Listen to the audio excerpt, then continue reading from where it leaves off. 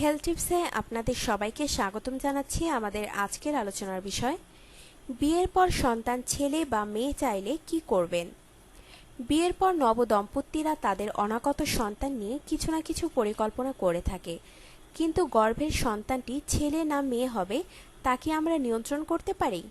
অনেকেরই শখ থাকে তার পরবর্তী সন্তানটি হবে দুরন্ত একটি ছেলে অথবা ফুটফুটে একটি মেয়ে।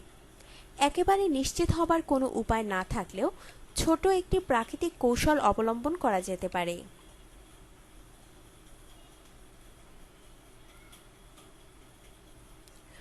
মূলত শারীরিক মিলনের সময়ের উপরে নির্ভর করে এই পদ্ধতি। তা কি করে কাজ করে জানতে হলে আপনাকে প্রথমেই দুইটি বিষয়ে জ্ঞান রাখতে হবে। একটি হলো ওভিউলেশন বা ডিম্বপাত নামের প্রক্রিয়াটি কিভাবে কাজ করে, আরেকটি হলো স্পার্ম বা শুক্রাণু কিভাবে একে প্রভাবিত করে।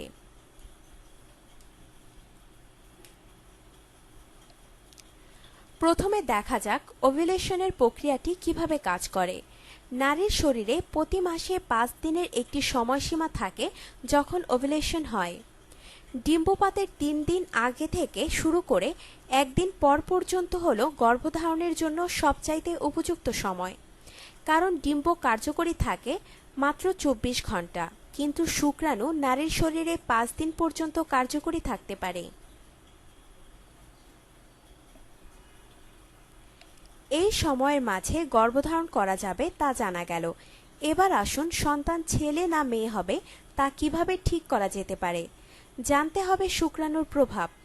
এক্স ক্রোমোজোমধারী শুক্রাণু দ্বারা ডিম্ব নিষিক্ত হবার কারণে সন্তান মেয়ে হবে, আর ওয়াই ক্রোমোজোমের কারণে সে হবে ছেলে।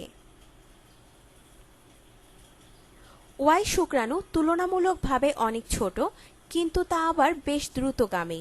তারা খুব বেশিক্ষণ জীবিত থাকে না। এক্স শুক্রাণু বেশ বড় এবং ধীর গতির, কিন্তু তারা আবার একটু বেশি সময় বেঁচে থাকে। এই দুইটি বিষয় জেনে রাখার পর আসুন দেখি করণীয় কি। ছেলে সন্তান চাইলে ওয়াই শুক্রাণু যাতে খুব দ্রুত ডিম্বের কাছাকাছি যেতে পারে সে ব্যবস্থা করতে হবে। এর জন্য নারীর যেদিন ডিম্বপাত হচ্ছে সেদিনেই মিলিত হওয়াটা জরুরি, নয়তো শুক্রাণুটি আর কার্যকরী থাকবে না। আবার আপনি যদি মেয়ে সন্তান চান তবে ডিম্বপাতের 2 থেকে 3 দিন আগে মিলিত হতে হবে। ডিম্বপাত হবার আগে সব ওয়াই শুক্রাণু মারা যাবে, ফলে সন্তান ছেলে হবার সম্ভাবনা কম থাকবে।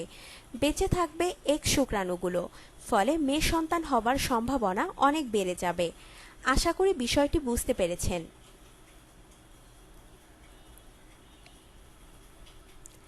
আপনার সুস্বাস্থ্য কামনা করে আমাদের আজকের আলোচনা এখানেই শেষ করছি।